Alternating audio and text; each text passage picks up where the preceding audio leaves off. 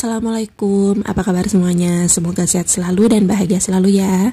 Terima kasih buat teman-teman yang udah mau klik dan nonton video aku. Dan buat teman-teman yang baru gabung di channel aku ucapkan selamat datang dan salam kenal. Perkenalkan, aku Rilla, seorang ibu rumah tangga yang juga memiliki usaha toko sembako di rumah. Support terus channel aku dengan cara like, comment, share, dan subscribe. Aktifkan juga lonceng notifikasi supaya kalian gak ketinggalan video-video terbaru dari aku. Terima kasih. Jadi seringkali aku baca di kolom komentar ada yang bercerita kalau usaha mereka itu terpaksa harus tutup karena merasa gagal ketika memutar modal dan mengalami kerugian. Bagi kita yang memiliki usaha kecil seperti jualan pulsa, token listrik, pedagang kaki lima, pengusaha warung sembako itu menganggap modal itu sangat penting ya teman-teman demi kelangsungan bisnis kita. Karena usaha kecil yang kita rintis itu biasanya juga modalnya kecil, jadi keuntungan yang kita dapatkan pun itu juga relatif kecil. Modal awal atau keuntungan yang kita peroleh itu nggak boleh langsung kita masuk ke kantong pribadi, tapi sebaiknya dikelola dengan baik agar usaha kita itu bisa bertahan dan terus berkembang. Memutar modal itu maksudnya kita itu menggunakan modal kembali atau keuntungan kita itu untuk keperluan bisnis dengan tujuan supaya bisnis kita itu bisa berjalan dan mendapatkan keuntungan yang lebih besar lagi. Ya sama kayak usaha warung yang aku rintis sekarang itu untuk setahun pertama aku nggak mengambil keuntungan ya teman-teman, kalaupun ada juga nggak seberapa, nggak sampai 10%, karena omset yang aku terima itu lebih besar itu untuk aku putar lagi menjadi modal. Kalaupun misalnya ada modal tambahan misal dari gaji pak suami atau rejeki-rejeki itu biasanya aku pakai lagi buat tambahan modal supaya usaha yang kita rintis itu bisa semakin berkembang, karena yang namanya warung sembako semakin lengkap itu akan semakin diminati. Penting juga nih buat teman-teman yang baru merintis usaha, sebaiknya teman-teman catat atau dokumentasikan bagaimana modal awal teman-teman. Nah, misalnya modal awal ini bisa dijadikan patokan untuk dapat memutar modal pada periode berikutnya. Teman-teman juga bisa nih dokumentasi usaha kalian dalam bentuk foto maupun video supaya teman-teman itu bisa lihat bagaimana kecilnya usaha kalian dulu, apakah ada perkembangan, apakah ada perbedaan dengan usaha kalian yang sekarang, apakah semakin besar, apakah semakin bagaimana. Jadi itu bisa jadi bahan evaluasi juga buat teman-teman. Oh ya, di sini juga aku sambil memeriksa orderan aku ya teman-teman. Jadi kemarin salesnya datang, aku order dan barangnya datang hari ini.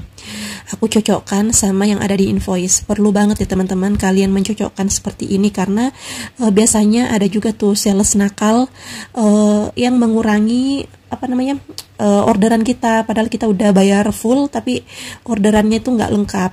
Jadi ini kelihatan sepele tapi sebaiknya kita perlu teliti ya teman-teman supaya jangan ada kerugian. Oke, lanjut ya. Jadi setelah mengetahui modal dan keuntungan, sebaiknya teman-teman pisahkan uang yang digunakan untuk modal dan keuntungan. Oh ya, sedikit tips juga nih ya buat teman-teman yang baru join di channel aku. Jadi kalau aku itu untuk tabung gas sama rokok itu aku pisah teman-teman, modalnya nggak aku campur dengan perputaran warung sembako, maksudnya nggak aku campur dengan barang-barang jajanan-jajanan di warung aku. Untuk token listrik, pulsa, dan semacamnya juga itu aku pisah teman-teman. Kenapa aku mengelompokkan seperti itu? Karena barang-barang tersebut atau item tersebut itu modalnya besar, perputarannya cepat, tapi kalau misalnya kita lihat uang langsung banyak di laci itu kayak kepingin rasanya membelanjakan lagi uang tersebut untuk menambah modal. Jadi giliran nanti rokoknya habis, uang kita juga habis. Jadi sebaiknya teman-teman pisah ya, pisah omset dari rokok gas dan jualan jajanan-jajanan warung sembako. Nah, jadi buat teman-teman yang memiliki karyawan juga sebaiknya menyisihkan keuntungan kalian itu untuk menggaji karyawan itu per harinya ya. Jadi kita kumpulkan per hari untuk menggaji karyawan dalam 1 bulan full. Nah, misalnya omset kalian dalam 1 hari 1 juta, ambillah contoh kita ambil keuntungan 10% ya. Nah, jadi 10% itu artinya 100.000, kita sisihkan gaji karyawan 30.000 per hari, kemudian 10.000 untuk operasional warung untuk misalnya bayar listrik. Nah, kemudian teman-teman juga bisa nih menyisihkan lagi sekitar 10 atau 20.000 untuk nambah-nambah modal. Nah, sisanya itu sekitar 40.000 sampai 50.000 itu teman-teman bisa pakai untuk keperluan pribadi teman-teman. Lebih bagusnya lagi kalau bisa ditabung ya. Agar bisnis juga bisa berkembang, sebaiknya teman-teman harus jeli lihat peluang. Coba teman-teman analisis kembali kira-kira penjualan mana atau produk mana yang paling cepat perputarannya atau yang paling diminati. Jadi kita bisa menambahkan produk tersebut, atau teman-teman bisa kurangi nih produk-produk yang sekiranya perputarannya lambat. Nah, kalau misalnya teman-teman juga punya modal yang berlebih, alangkah baiknya teman-teman itu menabung dalam bentuk barang. Menabung dalam bentuk barang itu kalau misalnya nih, anggaplah harga minyak goreng saat ini masih 16.000 per liter. Tapi kan kita tahu nih, minyak bakalan langka, bakalan susah. Nah, kalau misalnya teman-teman ada modal yang lebih baik teman-teman pakai aja itu uangnya untuk membeli minyak, karena ya itu akan menjadi keuntungan juga ya buat teman-teman. Misalnya harga jual sekarang 16.000, terus teman-teman kemudian mungkin minggu berikutnya itu harga di pasaran udah harga 19.000. Ketika teman-teman menjual harga 18.000, itu teman-teman tetap untung. Nah, secara otomatis juga warung kalian itu bakalan terkenal murah karena kalian bisa menjual minyak itu di bawah harga pasaran. Jadi buat teman-teman yang memiliki modal lebih, jangan ragu untuk membelanjakan uang kalian dalam bentuk barang, tapi pastikan juga barang yang kalian belanjakan itu adalah barang-barang yang perputarannya cepat, yang memang diminati oleh pelanggan kalian. Nah, kalau misalnya keuangan kalian udah stabil, keuntungan kalian udah bisa dinikmati, nah sebaiknya teman-teman itu menyimpan uang tersebut jangan hanya dalam bentuk uang ya, karena uang itu akan tergerus inflasi. Sebaiknya teman-teman membeli aset yang nilainya tuh terus bertumbuh. Misalnya teman-teman beli tanah, emas, itu kan investasinya bagus ya teman-teman, karena tidak termakan inflasi. Yang namanya pengusaha, kita itu harus jeli ya melihat peluang, dan juga kita harus bisa memanfaatkan secara maksimal, karena banyak sekali peluang yang ada di sekitar kita. Misalnya dengan kita mencermati tren, harga, dan sebagainya. Jangan lupa apapun peluang yang ada di depan mata, sebaiknya dibuat perencanaan yang matang dan perhitungkan juga risiko peluangnya. Kenali juga kebutuhan customer ya teman-teman, karena bisnis dapat berjalan dengan lancar itu nggak lepas dari yang namanya kebutuhan customer. Jadi sebelum teman-teman mencoba bisnis baru, sebagai pebisnis juga kita harus peka dan mengenali apa kebutuhan customer kita. Nah, kalau misalnya usaha kita udah mulai berjalan, jangan lupa untuk selalu memutar modal ya teman-teman. Hal ini dilakukan untuk mengembangkan inovasi pada usaha kita. Karena usaha atau bisnis yang berkembang itu lebih banyak diminati oleh pelanggan dibanding usaha yang monoton. Yang gak kalah pentingnya adalah menjaga disiplin finansial ya teman-teman. Jadi pastikan kita atau keluarga kita atau tim kita, karyawan kita itu memahami pentingnya memisahkan dana dan mengikuti prosedur yang udah teman-teman buat.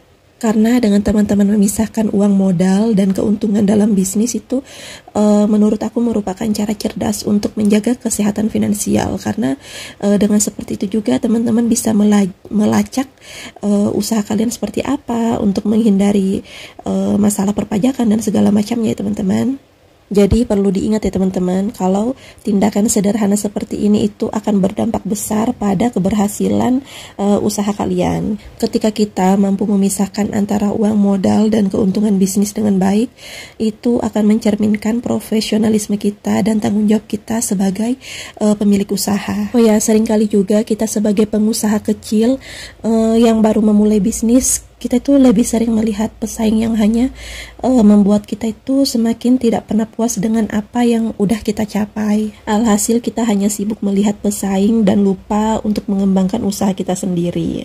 Jadi sebagai seorang pengusaha, sebaiknya teman-teman tidak membandingkan usaha yang teman-teman jalankan dengan usaha orang lain. Nah, kayak di warung aku ini, daripada aku sibuk bersaing harga dengan pedagang-pedagang di sekitar perumahan aku, ya lebih baik aku bikin inovasi baru. Misalnya di warung aku ini, saat ini udah bisa melakukan pembayaran menggunakan QRIS, menggunakan dana atau transfer bank. Terus di usaha aku juga ini, selain jualan warung sembako juga bisa melayani penjualan pulsa, token listrik, BPJS, dan semacamnya teman-teman. Jadi lebih baik kita fokus kepada value atau nilai dari usaha kita sendiri. Sering juga tuh aku perhatikan di minimarket yang banyak tersebar di sekitar kita juga itu saat ini bukan cuma jualan kebutuhan warung sembako ya, bukan cuma jualan cemilan, tapi di minimarket juga sekarang udah melayani kalau misalnya mau makanan berat bisa sekalian nongkrong-nongkrong, terus juga melayani kayak mini cafe kayak gitu ya teman-teman. Jadi itu juga bisa menjadi referensi buat teman-teman. Kalau misalnya teman-teman ada modal, sebaiknya kembangkan usaha kalian. Jadi bukan cuma sekedar jualan warung sembako, tapi bisa juga sebagai tempat nongkrong atau kerja tugas para anak muda. Jadi seperti itulah ya teman-teman, sedikit sharing aku bagaimana cara memutar modal usaha kecil agar bisnis berkembang dan untung besar. Semoga apa yang aku sharing ini bisa bermanfaat buat teman-teman semuanya, baik yang memiliki usaha atau yang belum memiliki usaha tapi ada rencana membuka bisnis sembako misalnya atau usaha apapun itu. Semoga diberi kelancaran dan kemudahan ya. Baiklah teman-teman, sampai sini dulu ya videonya. Terima kasih buat teman-teman yang udah setia nonton videoku dari awal sampai selesai.